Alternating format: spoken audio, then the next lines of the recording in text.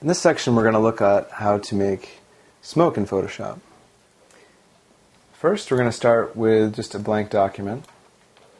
And using the brush, we're going to set the master diameter to 65 and the hardness to 35.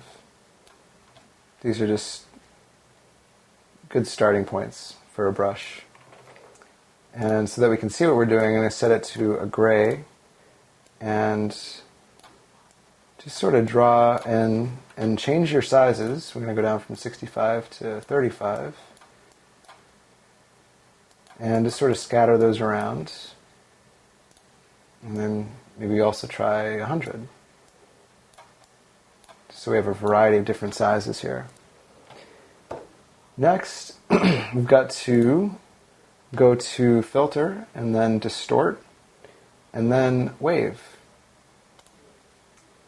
And I'm just going to plug in 5 and 10, around 120, the amplitude 5 and 35 or 40, and leave these be here. And we can see a little preview there of what's going on. And we have a variety of different mixing methods. For now, we'll stick with sine. And we'll choose repeat edge pixels and hit OK. And we've got kind of a more distorted smoke now. We're going to keep repeating that until we get kind of a mixed up look here.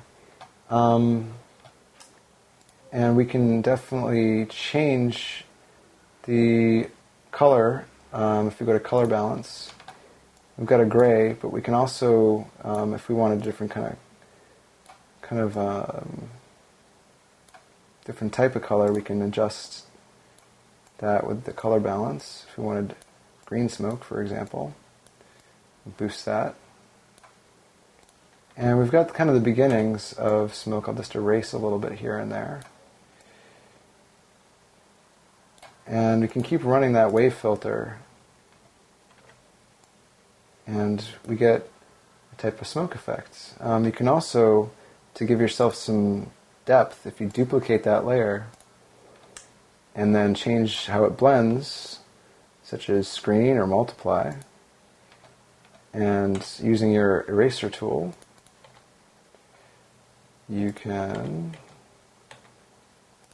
kind of take, you can move the layer with the move tool and use the eraser tool kind of randomly, and also run that wave filter again, and you can get a pretty in-depth looking smoke effect.